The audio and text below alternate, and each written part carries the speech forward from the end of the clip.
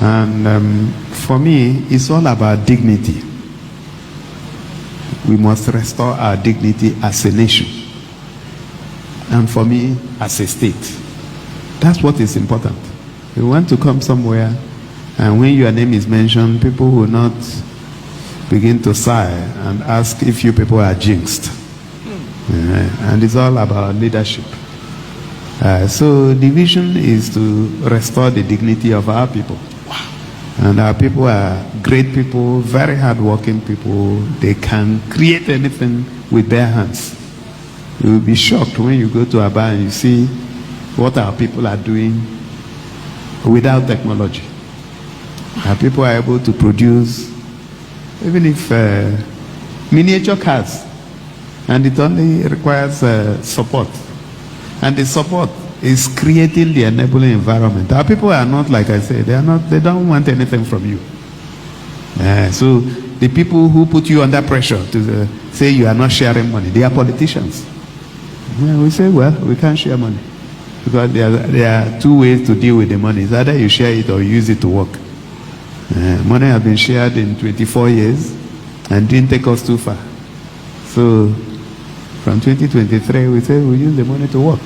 So Governor Alex Otti attended an event a few days ago, I think about 2 or 3 days ago, and the video of that particular event is what you just finished watching, right? I'm still going to allow the full video to play. The other time at the Umuahia Township Stadium, Governor Alex Otti talked about his plan for the city of Umuahia and what he intends to do and the projects ongoing in the city, the one that the governor says are still at the infant stage. That by the time his administration is done with Umuahia, Umuahia will look like Umuahia and not Dubai. And the state is not in competition with any other states or any other country anywhere in the world, right? And the question have always been, if Umuahia is to look like Umuahia, so how was Umuahia before now? But that's not what I'm here to talk about in this very video. I want to focus on his, recent statement where he doubled down on that very statement that he made at Umuahia Township Stadium. Now, before I start off, I'm going to allow that video from the governor for you to watch it in case you probably have not seen it. So when you're done, we're going to continue with my own take as far as all of this is concerned. I don't like comparisons. Yes. Because people have different circumstances. Yes. What is important to you in Abuja may not be important to the Abia person. Yes. And where Abia is starting from under watch from 2023 is different from where other states were starting from. So comparisons may not make sense. Yes. And I've always, even yesterday when I was being received in Umuahia, had said that the vision is not to be like anybody. The vision is to be yourself. Wow. So I want Umuahia to be Umuahia, Abba to be Abba, Ohafia to be Ohafia. Wow. Yes.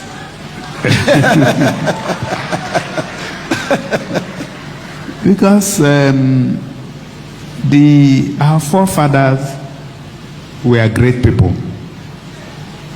And when you go back to the days of Michael Okpara, the days of Sam Bakwe was in the 79 to 83, Agui Ronsi, all those. And if you look at the things they achieved with rudimentary resources and technology, then you agree with me that we have not given a good account of ourselves. And for me, it's all about dignity. We must restore our dignity as a nation. And for me, as a state. That's what is important. You want to come somewhere, and when your name is mentioned, people will not begin to sigh and ask if you people are jinxed. And it's all about leadership. So the vision is to restore the dignity of our people. And our people are great people, very hardworking people. They can create anything with their hands. You will be shocked when you go to Abia and you see what our people are doing without technology. Our people are able to produce, even if miniature cars, and it only requires support. And the support is creating the enabling environment. Our people are not, like I said, they don't want anything from you. So the people who put you under pressure to say you are not sharing money, they are politicians. We say, well, we can't share money. Because there are two ways to deal with the money. It's either you share it or you use it to work. Money has been shared in 24 years and didn't take us too far. So from 2023, we say we use the money to work. Talking about electricity, I've talked about my association with the geometric in my previous life. From 2010, when Professor Barton Naji approached me in the bank to support him. And I wanted to support, but then somehow, as I moved to Diamond Bank then, a year later, even though I had processed the facility for him, the bank wouldn't let him draw. And that was a good decision at that time, because the person that processed and understood the transaction was leaving. So as I arrived at Diamond Bank, he came back to say, well, we still have this problem. Because, coincidentally, it was Diamond Bank that was funding the facility before the global economic meltdown, which made the bank to stop. So we were able to restructure the entire facility, get some forbearance from central bank, and then completed the project. But somehow one problem after another kept the project until when I was sworn in May 2023, and we rolled up our sleeves, and 1 year after we got it working. Wow. And it's interesting. The man had been on it for 20 years. In fact, this is the 22nd year. So you can imagine $800 million, 20-something years. So it really requires patience. But then we don't need to reinvent the wheel. Like I had always said, you have built the power station. And the power station is modular. So all you need to do is to install gas turbines. And I had announced last week that my commissioner for power is negotiating for a big gas turbine out of Netherlands. I have just done 500 hours. Bring it here, and then you have another 125 megawatts of energy. And you can just wheel it to Umuahia, and they didn't give neighboring states. So you don't need to spend another 20 years and $800 million building another station if you can expand the capacity. Yes. And today, Geometric is even giving a local government in River State power. I think that's, It's a private company, but it's supported by the government. And the simple reason is like, without power, everything else fails. And so we must pay attention as a country. Wow. Thank you. All right. So that's the video that I was referring to. The video of Governor Alex Otti, where he says that his vision as the governor of Abia State is to restore the dignity of Abia and the people of Abia State. Now, there's one thing you will not take away from this administration, even though you argue on the issue of leadership style, the issue of development, the issue of infrastructure, policies, among others. There is one thing that you will not take away currently from the governor. I don't know if it's the governor that did it, but so long as it happened under his administration, I think is one thing that, even if he ends up leaving office, one thing that would always stand at the top of his legacy as the governor of Abia State, which is changing the narrative of Abia far beyond the state. Now, before now, if you have not actually been to Abia, and maybe you heard of Abia for the first time, Abia State is always attributed to two things. Number one, the city is dirty, and number two, bad leadership. Before now, Abia State is being tagged as a state that produces, leaders who are not willing to develop the state. The state is dirty, the state is known for fake products, and bad leadership. These are the three things that attributes to Abia State. And in the last 3 years, that narrative seems to be changing. So definitely you can now agree with the governor that truly the idea that he is restoring the dignity of Abia State and its people is beginning to show. Like I said, is it the governor doing it, or is it just social media trend that is changing it? So long as it's happening under the governor's administration, we have to give him credit for that. But here is the bigger picture to what the governor said. In case you're probably wondering, because I know at this very point a lot of persons are wondering how truly has the governor done that. I want to take you through few things that the governor has done so far to change the image and the narrative and restore the dignity and glory of Abia State. So let's start off with number one, payment of salaries and pensions.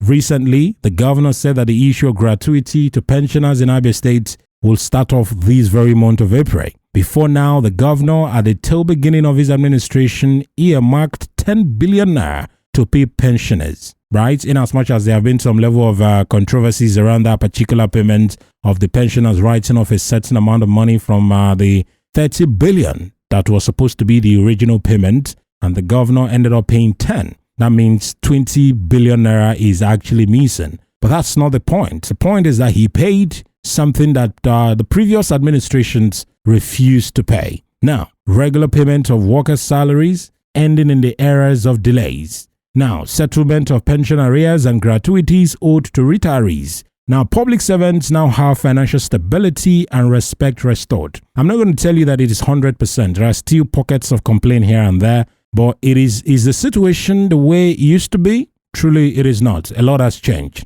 Even the attitude of civil servants is beginning to change. Now, let's move on to infrastructure.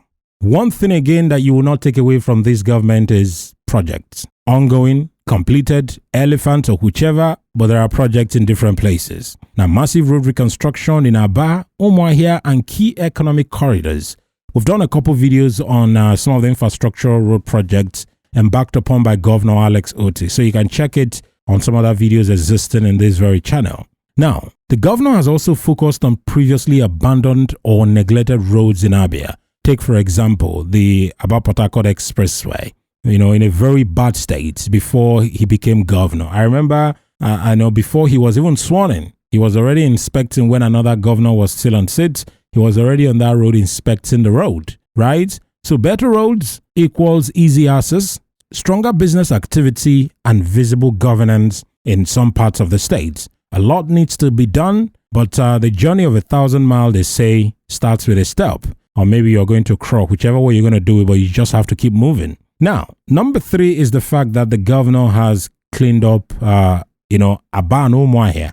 I made mention of Abia State being a very dirty state. If you go to Abia, even now, there are still places, where the issue of dirt, and as well as during this raining season, the issue of bad drainage is still a problem. But is it how we used to be? Definitely it is not. So aggressive sanitation and waste management reforms has happened under the Alex Otti's administration. Clearing of refuse heaps that defined Abia and Umuahia for years. I'm not too familiar with Abia, but the one I know of very well is in Umuahia. If you've been to Gates area before, the popular Ishi Gates, as if you're going to the mall, the ShopRite mall, that area used to be like a rejected dump site. But somehow, within the first 2 years of this administration, they've restored, sanity and cleanliness to the city of Umuahia. So residents now see a cleaner city, boasting pride and public confidence far beyond Abia State. Let's look at number 4, the issue of transparency and governance style. Yes, there's a recent report that the government of Alex Otti is not transparent. I think he ranked worst alongside Lagos, I think Rivers and Abia, about 4 states that were mentioned. But according to the people who carried out the survey, they said that the reason Abia ranked worse on that very list is number 1, there is no public, published transparency in terms of project execution, following the projects that the governor, submitted to the state assembly, and the fact that they also submitted a survey to government parastatals and offices, and they refused to respond to it to give answers to some of the questions that they were seeking for. Hence, this administration was ranked worse. And I've been seeing a couple defense coming from the team of the governor trying to call it an opposition, an opposition-sponsored survey. But again, before the emergence of this survey, this issue have been up from different quarters, journalists, politicians from the opposition, and some Abians have been asking on the issue of transparency and accountability. Transparency here does not mean that something is going wrong. It simply means that when projects are executed, the government should let the people know how much the project costs. That's one. And then again, on the issue of project bidding, by the Constitution of Nigeria and how things are expected to be done legally, before a project is awarded, there should be an open public bidding through it. And the governor should take the people, the government, not just Abia State, to take the people through the process of the bidding and how whichever construction company ended up getting the contract. I know there is an office in Abia State here that is called the Office of the Public Bureau, where I can't remember the name of the man who is in charge of it. He's supposed to be in charge of all of this. But a little or no information on how projects are being awarded and the cost of projects being seen in different parts of the state. So the issue of transparency is one key area that the governor and his people needs to work on. Let's move on to the next one, which is number 5, security improvement. Across the Southeast currently, I think in the last 3 years, it should be Abia State and Enugu that have enjoyed some level of peace. In Imo State, Hope Uzodinma have been battling with the unknown gunmen. In Ebonyi State, community clash, traditional rulers being killed, communities being set ablaze, has been recorded. Now, when you move to Anambra under the administration of Chukwuma Soludo, at the beginning of it, there was some high level of kidnapping and killings in different parts of Anambra State. And then I remember when the governor came in, the Lokmanta area used to be like, a very deadly zone. But his administration in less than 1 year dealt with that issue straight on and decisively. And that was the end of it up until this very moment. Even some opposition figures have also given the governor credits on how he handled the issue of Lokmanta and also the security of Abia State. Is he 100%? Of course it is not. There are still pockets of incidents here and there, but there is no country or state or community in this world that is completely free of insecurity. Right? But the conversation is always reduce it to a bearable minimum so that the people can walk around freely. So that's in that area the governor deserves some high level of credit. Now, before we wrap up this conversation, let's look at number 6. Now, support for SMEs and Abia economy. Focus on Abia as a commercial hub, the Japan of Africa, like the narrative always reveal. Policies encouraging local manufacturing and trade. Better road access to markets and industrial clusters, among others. So, on that Otti, economic empowerment at grassroots level, yes, some of them are done by members of the same political party with the governor. But I think so far the governor has put out a lot of, stuffs on ground to support businesses in different parts of the state, especially farmers in some of our rural communities. Some of them within the Umuahia, I can't remember the connecting road within that Umuahia area leading to Umuahia. It is now a faster journey, fast, clean, and smooth. So farmers within that area can now transfer their farm produce to Umuahia to sell. Before, the road used to be in a very bad state. And then again, the issue of education and healthcare.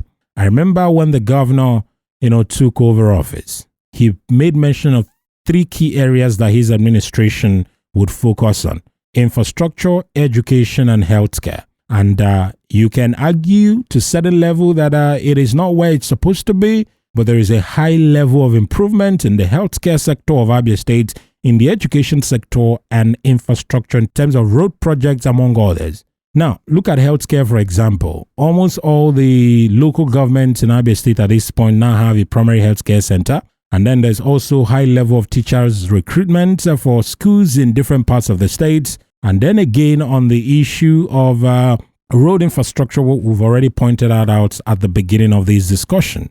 So at this point, we just say that with all of these things that I've just mentioned, that the administration of Governor Alex Otti truly, like the governor said, has truly restored the dignity and glory of Abia, that Abians in the diaspora within the country can now be proud to say, hey, I'm from Abia State. What's your take? Do let me know.